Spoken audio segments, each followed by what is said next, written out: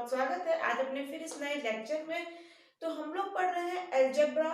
उसमें जो हम लोगों ने चैप्टर स्टार्ट किया हुआ है लीनियर ट्रांसफॉर्मेशन। ठीक है, नए स्टूडेंट्स जो इस वीडियो की हेल्प से ही फर्स्ट टाइम विजिट कर रहे हैं चैनल पे, एक बार उन्हें बता देते हैं। स्टूडेंट्स, हम लोग पढ़ रहे हैं एमएससी फर्स्ट ईयर का अलजेब्रा पेपर। ठीक है, एमएससी फाइनल ईयर का सिलेबस हम लोग पहले ही पढ़ चुके हैं। आपका कोई भी सीनियर भाई बहन दोस्त कुछ भी हो बता दीजिएगा। फर्स्ट ईयर का हमें अभी अभी स्टार्ट किया है, ज्यादा टाइम नहीं हुआ है। ठीक है, उसमें भी हमने फर्स्ट पेपर लिया हुआ है अभी अलजेब्रा। ठीक है, अलजेब्रा का पेपर लिया है स्टूडेंट्स। यहाँ पर हम लोगों ने जो चैप्टर डिस्कस करने वाले हैं सब चीजें मैं फर्स्ट लेक्चर में बता चुकी हूँ आप लोगों को। आप लोग प्लीज यदि वो नहीं लिया है फर्स्ट लेक्चर तो ले लीजिए, डिस्क्रिप्शन बॉक्स में लिंक है हैशटैग फर्स्ट। ठीक है स्टूडेंट्स, लिंक सभी के डिस्क्रिप्शन बॉक्स में, जितने भी इस लेक्चर से पहले लेक्चर हुए हैं आप एक बार उन्हें देख सकते हैं। क्योंकि देखो प्रीवियस लेक्चर लेते हुए आओगे ना यदि नए लेक्चर्स में, तो आप लोगों को चीजें ज्यादा क्लियर होंगी, 100% क्लियर होंगी, कहीं कोई कंफ्यूजन नहीं रहेगा, ये इसकी मैं गारंटी देती हूँ। ठीक है, तो देखिए अलजेब्रा का पेपर हम लोगों ने स्टार्ट करा है, उसमें हम लीनियर ट्रांसफॉर्मेशन से स्टार्ट किए हैं। ठीक है, क्योंकि धीरे धीरे हम लोग आगे बढ़ेंगे, ये चीजें इजी हैं जो अभी हम पढ़ रहे हैं करंट में। इजी चीजें पढ़ने से स्टूडेंट्स ये फर्क पड़ता है कि अपना जो फ्लो है बना रहता है, इंटरेस्ट बना रहता है। यदि शुरू में ही मैं आप लोगों को रिंग थ्योरी पढ़ाने लग जाऊं या फिर यूक्लिडियन रिंग ये सब फील्ड एक्सटेंशन पढ़ाने लग गई, अलजेब्रा में ही है सब कुछ, तो आप लोगों को कुछ समझ नहीं आने वाला। आप सोचोगे पेपर बहुत बकवास, बहुत ज्यादा बकवास पेपर है, इसमें कैसे नंबर आएंगे पता नहीं। तो स्टूडेंट इसीलिए मैं चाहती हूँ इंटरेस्ट बने, इसलिए हम लोगों ने यहाँ से स्टार्ट करा है लीनियर ट्रांसफॉर्मेशन से। इसके बाद थोड़ी सी इजी चीजें हैं, इससे भी इजी चीजें आएंगी, उसके बाद हम यहाँ पहुंचेंगे field extension, ring theory, Euclidean ring, इसके बाद हम यहाँ पहुंचेंगे। पहले हम इजी चीजें पढ़ रहे हैं स्टूडेंट्स, क्योंकि देखो हो भी सकता है कि कंफर्म नहीं है, अभी तो कोई केसेस भी नहीं है अपने कोरोना के, तो स्टूडेंट्स हो सकता है आप लोगों को पांचों यूनिट पढ़ के जानी पड़े, लेकिन फिर भी अभी कोई आया नहीं है नोटिफिकेशन। जैसा कि प्रीवियस टाइम ईयर हुआ था आप लोगों का 2 यूनिट वाला हुआ था ना, 2 यूनिट पढ़ लो बहुत है, यानी कि 50% ही करना होता है। तो इसीलिए स्टूडेंट्स हम चाहते हैं कि 2 यूनिट अगर ऐसा आ जाता है कोई नोटिफिकेशन तो हम इजी पढ़ के जाएं जिससे नंबर ला सके एग्जाम में। ठीक है, इसीलिए मैंने अभी स्टार्टिंग में इजी चीजें उठाई है। आप लोगों से फिर बोलूंगी कंटिन्यू बने रहो, कहीं कंफ्यूजन नहीं होगा। इसके बाद हम जो भी पेपर है कवर करेंगे, सबसे पहले अलजेब्रा इसलिए उठाया है, थ्योरेटिकल पेपर है, थ्योरम्स ज्यादा आती है, बच्चों को डर लगता है। तो स्टूडेंट्स मैं कहती हूँ थ्योरम्स वाले पेपर में जितने चाहो ना उतने नंबर ला सकते हो, सिर्फ तरीका आना चाहिए लिखने का। जैसे मैं आप लोगों को बताती हूँ ना उस तरह से लिख कर आना, एग्जाम में कहीं नंबर नहीं कटेंगे। बिलीव करो स्टूडेंट्स, न्यूमेरिकल्स पेपर जो रहते हैं ना उनमें नंबर बल्कि कहीं कट जाते हैं। आप लोगों का कोई भी आंसर 2.37 इस तरह से, और राइट आंसर जो है 2.39 है। ठीक है, या फिर हो सकता है आप लोगों का थोड़ा सा गड़बड़ आ रहा है, 1.39 आ रहा है। यदि आप लोगों का आंसर मैच नहीं कर रहा तो नंबर कट जाते हैं, स्टेप के नंबर मिलते हैं, मैं इस बात की मना नहीं कर रही, लेकिन फिर भी स्टूडेंट्स यहाँ नंबर कटने के चांस रहते हैं, थियोरेटिकल पेपर में कम रहते हैं। आप आराम से लिख कर आओ, हर चीज को कहीं नंबर नहीं कटेंगे। मैं आप लोगों से कहती हूँ यदि आप लोगों को आता ही नहीं है, यदि आप लोगों को थ्योरम आई नहीं रही, कैसे प्रूव करें क्या करें, तो भी घबराने की बात नहीं है। यदि न्यूमेरिकल पेपर है नहीं आता है क्वेश्चन तो आप लोग नहीं कर सकते, छोड़ के आते हो। लेकिन अगर थ्योरम्स का पेपर है ना, आप लोगों को नहीं समझ आ रहा कैसे करें क्या करें, तो जो जो इसमें टर्म आ रही है ना उनकी सिर्फ डेफिनेशन ही लिखो। जैसे मैं तरीका बताती हूँ, सबसे पहले गिवन लिखो, जो भी दिया हुआ है गिवन, उसके बाद जो प्रूफ करना है वो लिखो, we shall prove that, we will show that, कुछ भी वो लिखो जो भी आप प्रूफ करने को कह रहा है। उसके बाद जो भी आप लोगों को टर्म दिख रही है, वेक्टर स्पेस दिखा, वेक्टर स्पेस की डेफिनेशन लिख दो। फाइनाइट डायमेंशनल वेक्टर स्पेस मतलब डायमेंशन फाइनाइट हो, मतलब बेसिस में जितने भी एलिमेंट है वो फाइनाइट हो, तो फाइनाइट डायमेंशनल हो जाता है। उसके बाद जैसे कि यहाँ पर देख लो लीनियर फंक्शनल, लीनियर फंक्शनल क्या होता है, वी स्टार ये क्या होता है। अगर कुछ भी नहीं आ रहा तो इनकी डेफिनेशन ही लिखिए स्टूडेंट्स, नंबर मिलेंगे। 10 नंबर की थ्योरम है ना, 3 से 4 नंबर तो मिल ही जाएंगे, कुछ ना मिलने से अच्छा तो यही है। नहीं तो इसीलिए घबराना नहीं है, बहुत इजी पेपर है, आराम से हम लोग पढ़ने वाले हैं। ठीक है, ज्यादा टाइम भी नहीं हुआ है हमें स्टार्ट किए हुए, आज शायद 11th या फिर 10th लेक्चर है, मुझे कंफर्म याद नहीं है, तो ज्यादा निकला भी नहीं है आप लोगों का, आप लोग पढ़ते जाइए, क्लियर हो जाएगा। तो सबसे पहले देखो हम लोगों ने लीनियर ट्रांसफॉर्मेशन पढ़ा, उसके बाद थ्योरम्स पढ़ी, रैंक नलिटी पढ़ा, फिर हम लोगों ने जस्ट अभी प्रीवियस लेक्चर में कल पढ़ा था ड्यूल स्पेस क्या होता है, ड्यूल बेसिस क्या होती है। ठीक है, लिंक डिस्क्रिप्शन बॉक्स में है, उसका आप लोग देख लीजिएगा, क्योंकि उस पे बेस ही थ्योरम है, तो यहाँ V स्टार आ रहा है ना, वो कुछ वही है। ठीक है, लिंक डिस्क्रिप्शन बॉक्स में मिल जाएंगे। आप लोगों से बार बार बोलते हो, मुझे सच में बोलने में बहुत अजीब लगता है कि प्रीवियस लेक्चर ले लो, बार बार ले लो, स्टूडेंट्स आपके लिए फायदा है इसलिए बोल रहे हैं। ठीक है, तो देखिए आपका आज का जो थ्योरम है राजस्थान यूनिवर्सिटी में 2011 में पूछा गया था। आज इस पेपर का जो ये ड्यूल स्पेस वाला टॉपिक है ना, एक थ्योरम जो मैंने आप लोगों को कल कराई थी और एक ये थ्योरम, यही दो थ्योरम है ड्यूल स्पेस ड्यूल बेसिस से रिलेटेड, इससे अलावा मुश्किल है। ठीक है, ये भी देखो 2011 में पूछी गई थी, उसके बाद नहीं पूछी गई है, तो इसलिए हो सकता है ड्यूल स्पेस या ड्यूल बेसिस से इन दो थ्योरम के अलावा आप लोगों से नहीं पूछी। अगर अपनी किस्मत बिल्कुल खराब है, बिल्कुल से बिल्कुल खराब है, तो स्टूडेंट्स मैं कह नहीं सकती आपसे क्या पूछ ले एग्जाम में क्या नहीं, लेकिन आपकी किस्मत अच्छी है, औरों की तरह जितने अब तक के बच्चे हैं उनकी तरह ही है, तो आप लोग आराम से नंबर ला सकते हैं जो हम पढ़ रहे हैं उस पे। ठीक है, उसके बेस पे आप बहुत अच्छे गेन कर सकते हैं, लेकिन किस्मत अच्छी होगी तो, है ना। चलिए, तो देखो आज का आपका जो थ्योरम है, स्टेटमेंट देख लेते हैं। If V is a finite dimensional vector space over a field F, V कोई आप लोगों को फाइनाइट डायमेंशन वेक्टर स्पेस दिया है ओवर F, ठीक है, तो let VF be R vector space, मुझे यहाँ पर लिखने की आगे जरूरत नहीं है, ओवर अ फील्ड है, बिल्कुल दिख ही रहा है। ठीक है, आप लोग पूरा लिखिएगा एग्जाम में, मैं अभी आप लोगों से इतनी सारी थ्योरम करा चुकी हूँ, इसलिए मैं चीजें को रिपीट नहीं कर रही हूँ, है ना, मैंने डायरेक्ट लिख दिया। आप लोग पूरा लिख लीजिएगा पहले कि VB vector finite dimensional vector space over a field F, that is let VF be a vector space. ठीक है, आपको ऐसे शो कर देना है, इस तरह से लंबा बड़ा चौड़ा के लिखो स्टूडेंट्स, थ्योरम का पेपर है, मैं फिर बोल रही हूँ थ्योरेटिकल पेपर है। Then for every non-zero vector V belongs to capital V, there exists a linear functional f in V star such that किस तरह से मिलेगा f v not equals to 0। मतलब समझना यहाँ पर क्या कह रहा है, अब लिखना लिखाना तो आप लोग कर लेंगे आराम से, है ना, मैं आप लोगों को मतलब समझाती हूँ। यहाँ पर कह रहा है कि लीनियर फंक्शनल, अब लीनियर फंक्शनल क्या समझते हो, लीनियर फंक्शनल एक लीनियर ट्रांसफॉर्मेशन ही होता है, बस इसमें ये फर्क आता है, जो लीनियर ट्रांसफॉर्मेशन है ना वो वेक्टर स्पेस V से F, जो ये फील्ड वाला F है ना, ये यहाँ पर वेक्टर स्पेस की तरह बिहेव कर रहा है।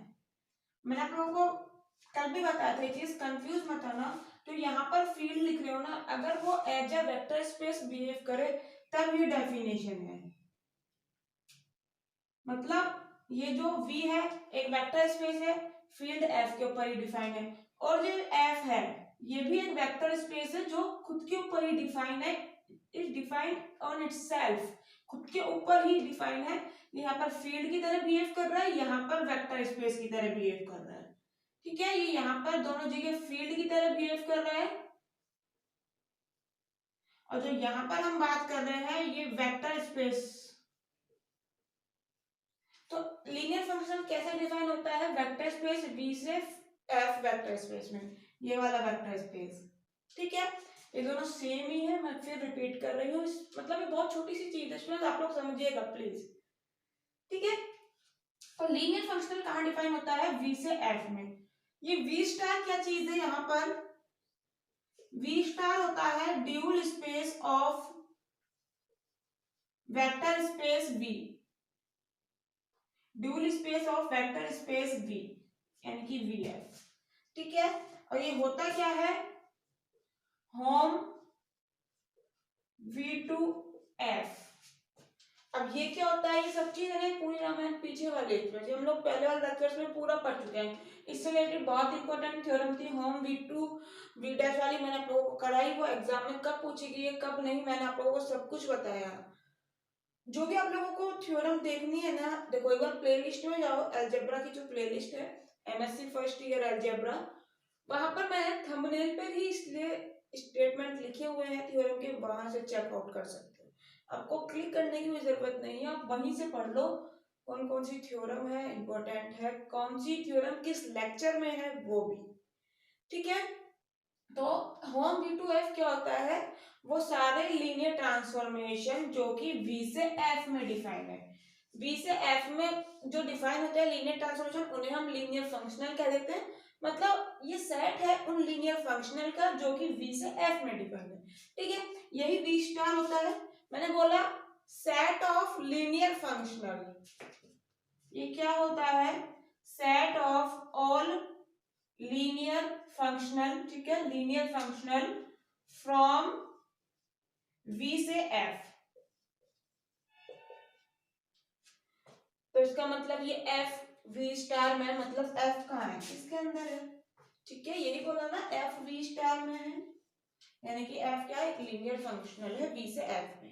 ठीक है, अब देखो हमें यहाँ पर प्रूफ क्या करना है, बस ये कह रहा है, तुमने यहाँ पर क्या लिया, एफ कहाँ है, v से f में डिफाइन है। यदि कोई इस v में नॉन जीरो वेक्टर है, v स्मॉल v कोई इसमें है, नॉन जीरो है, फिर बोल रही हूँ ध्यान से देखिएगा, तो एफ वी कहाँ आएगा, एफ वी कहाँ आएगा, बिल्कुल इस एफ के अंदर। ये कहाँ बिलोंग करेगा, ये इसके अंदर तो जाएगा। ठीक है, इसमें कोई भी एलिमेंट आप एफ पे अप्लाई करोगे तो वो यही तो जाएगा स्टूडेंट्स। तो ये कह रहा है जो ये एफ वी होगा ना, ये भी नॉट इक्वल टू जीरो है, मतलब यदि v not equal to zero है तो कोई ना कोई एक ऐसा लीनियर फंक्शनल जरूर मिलेगा आपको v स्टार में जिसके लिए एफ वी भी नॉट इक्वल टू जीरो होगा। मतलब ऐसे समझ लो, जैसे लीनियर फंक्शनल है, F one F two F N F, बहुत सारे हैं, F one F two F N, ऐसे समझ लो बहुत सारे लीनियर फंक्शनल है। मैं कह रही हूँ कम से कम एक ऐसा मिलेगा, यदि v not equal to zero है तो हो सकता है एफ वन वी जीरो हो, एफ टू वी भी जीरो हो, सारे के सारे जीरो है, लेकिन एक ऐसा मिल रहा है एफ एन जिसके लिए कि F N V not equal to zero है। एट लीस्ट बोल रही हूँ, बार बार ध्यान से सुनना मैं क्या कह रही हूँ, एट लीस्ट हो सकता है और सारे के सारे जीरो, लेकिन कम से कम एक ऐसा मिलेगा। ठीक है, ये थ्योरम का कहना है, बहुत इजी है, कुछ भी नहीं है। प्रूफ करते हैं हम इसका, देखिएगा इजीली आप लोग कर लेंगे। इसके बाद मैं आप लोगों को बताऊंगी जिस तरह से ड्यूल स्पेस और ड्यूल बेसिस की डेफिनेशन बताई थी, ऐसे ही एक सेकंड ड्यूल क्या होता है, क्या मतलब है उसका, मैं आप लोगों को उसकी डेफिनेशन और बताती हूँ, क्योंकि छोटे क्वेश्चन में दो दो नंबर के जो क्वेश्चन आते हैं उनमें पूछ ली जाती है, और स्टूडेंट्स जो दो दो नंबर के क्वेश्चन आते हैं उनमें आप आराम से नंबर ला सकते हैं। 10 क्वेश्चन आते हैं दो दो नंबर के, 20 नंबर आराम से आ सकते हैं। ठीक है, मैंने आप लोगों को यूनिवर्सिटी नहीं बताई, आज मैं आप लोगों को बता देती हूँ नए स्टूडेंट्स को जो हम यहाँ यूनिवर्सिटी लेके चल रहे हैं, राजस्थान यूनिवर्सिटी, राज ऋषि भर्तृ मत्स्य यूनिवर्सिटी। ठीक है, छोटे क्वेश्चन पूछे जाते हैं स्टूडेंट्स, आप लोग प्रीवियस ईयर के क्वेश्चन चेक कर सकते हो, दो दो नंबर के 10 क्वेश्चन आते हैं। ठीक है, उसके बाद हम लोगों ने VMOU जो कि अपने कोटा में है, वर्धमान महावीर ओपन यूनिवर्सिटी, और ब्रज यूनिवर्सिटी जो कि भरतपुर में है, इनके सिलेबस के अकॉर्डिंग हम ही अभी पढ़ रहे हैं। यदि आप किसी और यूनिवर्सिटी के हैं तो कमेंट बॉक्स में बता दीजिएगा, आपका सिलेबस भी देख लिया जाएगा। ठीक है, फिर आपके अकॉर्डिंग भी हम लोग क्वेश्चंस करने की कोशिश करेंगे। बट इन्हीं यूनिवर्सिटी के यदि आप हैं तो आप लोगों को कहीं कोई घबराने की बात नहीं है, आप लोग इसी यूनिवर्सिटी के अकॉर्डिंग पढ़ाई कर रहे हैं। ठीक है, तो चलो यहाँ पे कुछ समझना है, इसको लिखना एक बार ऊपर लिख लो, नोटबुक में जहां भी आप लिखते हो ना, ऊपर जो ब्लैंक रहता है वहां पर लिख लो ये चीजें, इससे कि थ्योरम पढ़ते वक्त याद करते वक्त दिक्कत ना हो। फिर हम इसका प्रूफ देखते हैं आगे क्या है। तो थ्योरम का प्रूफ करने के लिए हम लोगों ने माना बी और बी स्टार, ठीक है, बी डैश मान लो, बी स्टार मान लो, कुछ भी मान लो, बेसिस है किसकी, यदि बी बेसिस है वी की तो बी स्टार किसकी बेसिस होगी, बी स्टार किसकी बेसिस होगी, ऑफ कोर्स बी स्टार की। ड्यूल बेसिस का मैंने आप लोगों को कल डेफिनेशन बताया था students, completely dual space dual basis क्या होता है। हम लोगों ने जो यहाँ लिखा है ना, ये कल वाली ही चीजें लिख रहे हैं ना, इसका प्रूफ भी मैंने आप लोगों को कराया था। मैंने माना B one B two B N इसमें एलिमेंट है, ठीक है, बेसिस है वी की, तब बी स्टार क्या हो जाएगी, F1 F2 Fn माने इसमें एलिमेंट है, F से क्यों शो कर रहा है, देखो बताती हूँ क्यों शो कर रहा है। बी स्टार मैंने माना B the dual basis of B, इसकी ड्यूल बेसिस है, ठीक है बी स्टार। यहाँ पर बी डैश बी स्टार नहीं आएगा, मैंने स्टार्टिंग में भी गलती से लगा दिया था, यहाँ बी स्टार लगा हुआ है, ठीक है, उससे कंफ्यूज मत होना, इसलिए मैंने हटा भी दिया है। In B star that F I B J is equal to del I J, देखो ये समझ आया, इन बी स्टार मैं यहाँ पर भी तो लिख सकती थी बी यदि बेसिस है वी की, तो ये सारे के सारे एलिमेंट होंगे कहाँ, वी में तो होंगे, तो मैं लिख सकती हूँ ना B in V, B in V लिख सकती हूँ ना, ऐसी तरह मैंने लिखा है यहाँ पर B star in V star, ठीक है। ये जो ड्यूल बेसिस है बी की, ये बी स्टार में ही है, क्योंकि बेसिस में एलिमेंट वेक्टर स्पेस में से ही तो आते हैं। और ये वी स्टार क्या है, अभी मैंने आप लोगों को बताया था set of all linear functional, तो set of all linear functional, functional मतलब फर्स्ट लेटर एफ, तो सारे के सारे फंक्शनल ही तो है वी स्टार में, इसलिए इसकी बेसिस में F1 F2 Fn मैंने माने हैं, ठीक है।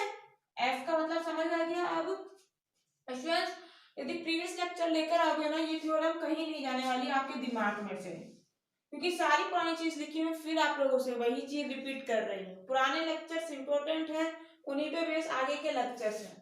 अब मैंने जब ये ड्यूल बेसिस मानी है तो ये कैसे आया, इसका प्रूफ मैंने आप लोगों को कल कराया था, डेफिनेशन भी यही बताती है, F I B J is equal to del I J, जहां डेल आई जे क्या होता है, Kronecker delta, del I J Kronecker delta है, जिसका वैल्यू 1 और 0 होता है। कब वेरी करता है, किस तरह से वेरी करता है, आई और जे यदि बराबर है तो वैल्यू 1, आई और जे बराबर नहीं है, नॉट इक्वल टू है, तो वैल्यू 0, ठीक है। बिलोंग कहाँ करता है, कैपिटल एफ में, फील्ड जो आप ले रहे हो ना कैपिटल एफ में, तो मैंने ये माना यहाँ पर आई और जे वेरी कर रहे हैं 1 to n, देख लीजिए, ठीक है। अब मैंने माना यहाँ पर क्या लेना है तुमको, नॉन जीरो वेक्टर, तो मैंने ठीक है भैया नॉन जीरो वेक्टर मान लिया, v नॉट इक्वल टू 0 है, कहा है कैपिटल V में। अच्छा जी, तो जब ये कैपिटल V में है और B बेसिस है कैपिटल V की, तो इसके किसी भी एलिमेंट को, जैसा कि यहाँ पर स्मॉल v ही लिया है, तो इस एलिमेंट को इन एलिमेंट के लीनियर कॉम्बिनेशन में लिख सकते हैं। बिल्कुल 10 दिन से यही पढ़ रहे हैं, हर लेक्चर में स्टार्टिंग से समझाती आई हूँ। तो लीनियर कॉम्बिनेशन में लिखने के लिए कुछ स्केलर्स एग्जिस्ट करेंगे, बिल्कुल, so there exist unique scalars alpha 1 alpha 2 alpha n field f में मिलेंगे। किस तरह से, इस v को लीनियर कॉम्बिनेशन में लिखो, इनके v बराबर alpha 1 b1 alpha 2 b2 dash dash dash plus alpha n bn। अच्छा जी, दोनों तरफ fi अप्लाई कर दिया, ठीक है। ये जो fi है ना, i का वैल्यू 1 to n है, ये मैंने दोनों तरफ अप्लाई करा, यहाँ एफ आई आ गया, यहाँ भी एफ आई लगा दिया, इनको समेशन की फॉर्म में लिख दिया।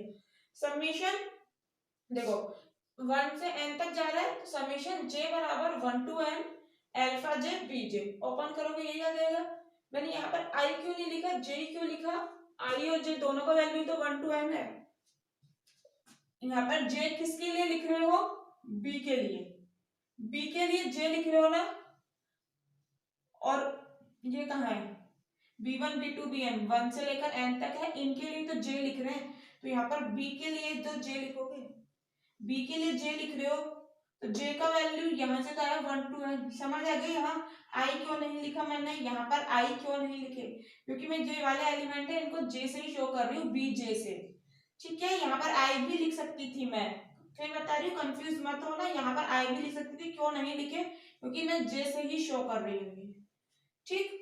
चलो जी, आप लोगों को पता है स्केलर बाहर आ जाता है, ये एक लीनियर ट्रांसफॉर्मेशन है, लीनियर फंक्शनल है, मतलब ये अंदर अप्लाई हो जाएगा लीनियरिटी प्रॉपर्टी वेक्टर पे, स्केलर है जो बाहर आ जाएगा, ये बाहर आ गया, इसको अंदर भेज दिया, ठीक है। एफ आई बीजे का वैल्यू डेल आई जे है, वैल्यू पुट कर दिया, डेल आई जे का वैल्यू 0 रखा तो ये पूरा ही खत्म हो जाएगा, ऐसा तो हमें करना नहीं है भैया, हमें थ्योरम का प्रूफ कंप्लीट करना है, ठीक है। तो हम इसका वैल्यू लेंगे 1, वैल्यू 1 कब होता है, आई और जे जब बराबर है, आई की जगह जे रखा तो यहाँ पर क्या आ जाएगा अल्फा आई, ये समीशन कहाँ लग रहा है जे पे, जे तो अपना हट गया, आई बराबर जे पुट कर दिया, एल्फ आई आ जाएगा एडजेक्टिव, डेल आई जे का वैल्यू हो जाएगा 1, आई बराबर जे का रखा तो ठीक है, और जे की जगह आगे आई, एफ आई वी हमारे पास आ चुका है अल्फा आई, ध्यान रखिएगा इसका यूज करेंगे आगे। अब ऐसे मैंने कहा कि if all F belongs to V star के लिए एफ जो है वो वी को मैप कर रहा है 0 पे। ये रामायण समझ आई, यहाँ पर इसको समझने की कोशिश करना। इफ ऑल, इसमें तो एक तो डब्बा बना दो, इसको गोले में रख लो, ऑल कह दिया मैंने यहाँ पर, ठीक है। यहाँ पर अपन को क्या है, there exist a linear functional, मैं इसको कंट्राडिक्शन से प्रूफ करूंगी। यहाँ हमने कहा क्या प्रूफ करना है कि एक लीनियर फंक्शन भैया एग्जिस्ट करे, इस तरह से मैं इसको कंट्राडिक्शन से प्रूफ करूंगी। मैं कह रही हूँ एक भी एग्जिस्ट नहीं करता। ऑल जितने भी एफ तुम ले रहे हो सारे के सारे, ऑल जो भी वी लोगे ना यहाँ पर उसको 0 पे ही मैप कर रहा है, यानी कि एफ किसी भी वी पे लगा लो, एफ किसी भी वी पे लगा लो, वैल्यू क्या आनी है, 0 ही आनी। इसको समझ गए ना, एफ कहाँ है, वी स्टार में है, हमने शायद अभी लिखा नहीं है तो मैंने आप लोगों को पहले समझाया था ना अभी, एफ कहाँ है, वी से एफ में डिफाइन हो रहा है। देखो एफ वी स्टार में है, बिल्कुल ये तो हमें पता है, ये मैप वी, वी इसमें से आएगा, इसको मैप कर रहा है कहाँ, 0 पे ही, ठीक है। और ये 0 कहाँ बिलोंग कर रहा है, एफ में, इसमें। समझ आया ये वाली नाम है, इजी सी है, कुछ भी नहीं है इसमें। तो इसका मतलब एफ वी बराबर 0, वही मैंने लिख दिया है फॉर ऑल एफ।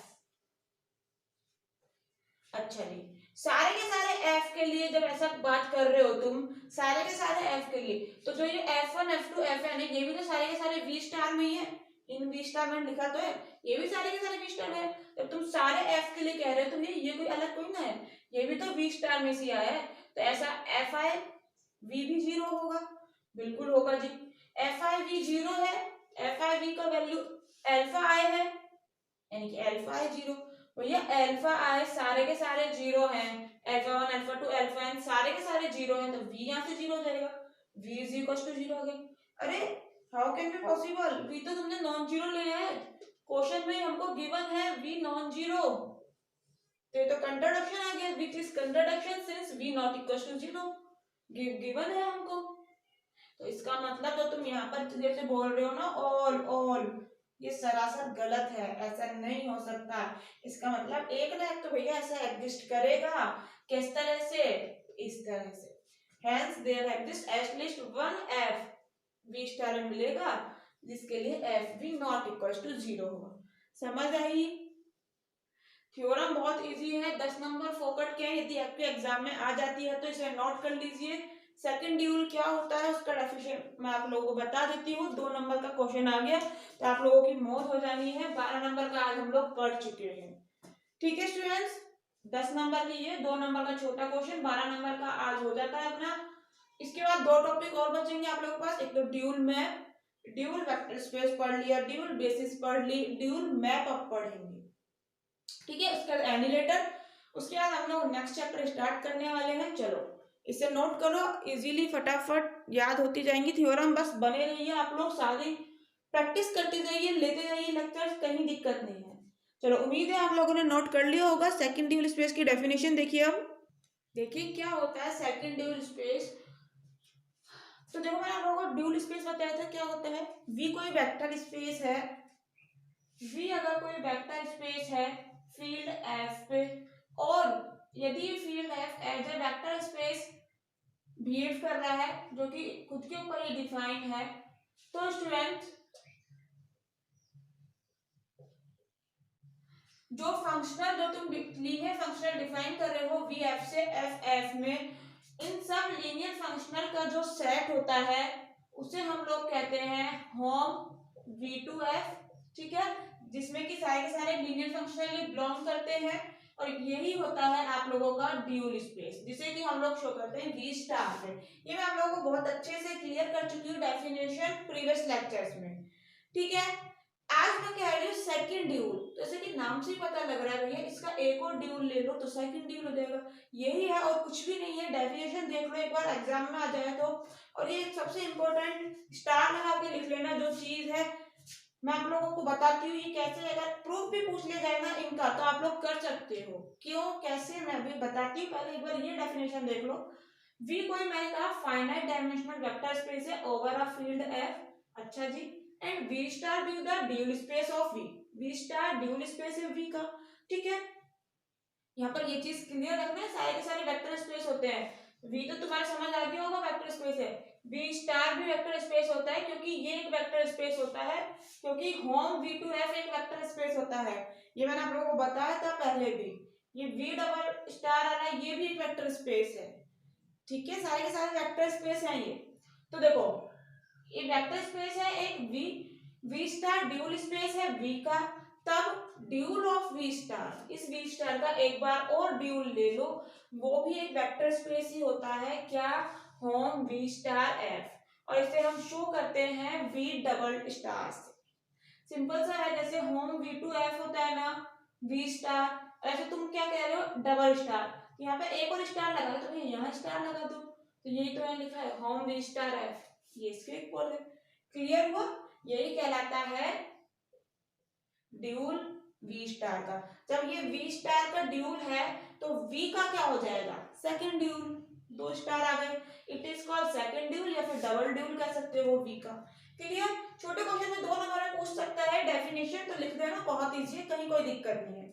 अब मैंने आप लोगों को स्टूडेंट्स एक प्रूफ कराया था होम वी टू एफ वाला, यदि आप लोगों को याद हो तो वहां मैंने आप लोगों को बताया था वी आइसोमॉर्फिक होता है होम वी टू एफ के, और होम वी टू एफ ही क्या है, वी स्टार। मैंने आप लोगों को इसका प्रूफ भी कराया था, इसका प्रूफ मैंने आप लोगों को कराया था स्टूडेंट्स, यदि आप लोगों को याद नहीं है तो प्लीज देख लीजिए। मैंने आप लोगों को एक ही थ्योरम कराई थी होम वी टू एफ वाली, उसमें आप लोगों को बताया था, जहां हम लोगों ने प्रूफ भी करा थे सारी चीजें। हम लोगों ने ये भी बताई थी आप लोगों को कि डायमेंशन ऑफ फील्ड एफ, जब ये as a vector space behave कर रहा है, खुद के ऊपर ही डिफाइंड है, तो इसकी डायमेंशन 1 होती है। फिर हम लोगों ने इसका प्रूफ करा था, याद है, जहां, अब देखो पुरानी चीजें हैं, मैं उससे डिस्कस नहीं करने वाली क्योंकि लेक्चर वाकई में लेंथी हो जाएगा।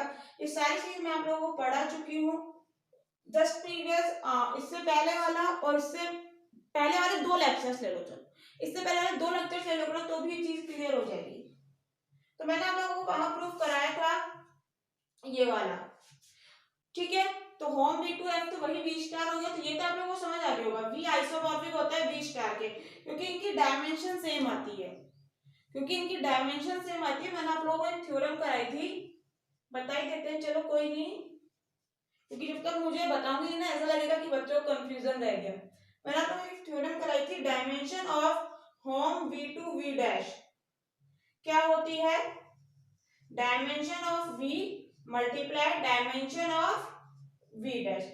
जहां ये थ्योरम कराई थी ना, अब थंबनेल देख लो आप लोग, वहीं पर ये सारी रामायण बताई थी, ठीक है। जब हम v टू f बात कर रहे हो, यहाँ v डैश की जगह f है और डायमेंशन ऑफ f क्या है 1, तो मुझे बताओ डायमेंशन ऑफ दिस और दिस इक्वल, और जब डायमेंशन बराबर है मतलब ये आइसोमॉर्फिक है, आइसोमॉर्फिक आ जाएगा जब v डैश की जगह f लिखोगे। समझ आया यहाँ से यहाँ कैसे पहुंचे। अब इसी तरह से मैंने यही तो लिखा है, ये होम v टू f को तो आप v स्टार कहते हो, तो dimension of v dimension of v star के बराबर है, इसका मतलब होता है ये दोनों आइसोमॉर्फिक है। और जिस तरह से ये बराबर है, इसी तरह से v स्टार और v डबल डैश स्टार, इनकी भी डायमेंशन बराबर होगी, इसका मतलब ये दोनों भी आइसोमॉर्फिक है। डायमेंशन ऑफ v स्टार का यहाँ पर वैल्यू रखना है ये वाला, तो dimension of v dimension of v double star. अब फिर वही चीज, इसका मतलब ये दोनों आइसोमॉर्फिक है। इसका प्रूफ भी आप लोग कर सकते हो इस थ्योरम की हेल्प से। तो यहाँ तक ही मैंने आप लोगों को करा रखा है, तो क्या आप ये नहीं कर सकते कि जब आप लोगों को पता है ना v और v स्टार का डायमेंशन बराबर होता है, तो ये तो आप प्रूफ कर ही देंगे। इसके बाद इन दोनों का डायमेंशन बराबर होता है, इसलिए ये जब ये बराबर है तो ये वैल्यू पुट कर, बस यहाँ पर यही तो लिखना है, और क्या करना है। बहुत ही स्टूडेंट्स एग्जाम में आ जाता है तो कर देना, मत छोड़ना। इसके बाद हमारा 2 ही टॉपिक बचे हैं, ड्यूल मैप और एनिलेटर, उनके थ्योरम करने के बाद हम लोग नेक्स्ट चैप्टर स्टार्ट करने वाले हैं। फ्रेंड्स को नहीं बताया तो प्लीज उनके साथ शेयर कर लीजिए एक बार, ये वाली चीजें जो हम लोग पढ़ रहे हैं, क्या पढ़ रहे हैं, एमएससी का पढ़ रहे हैं, फर्स्ट ईयर का पढ़ रहे हैं, यूनिवर्सिटी कौन सी लेके चल रहे हैं, सब चीजें प्लीज फ्रेंड्स के साथ शेयर करिएगा जरूर स्टूडेंट्स।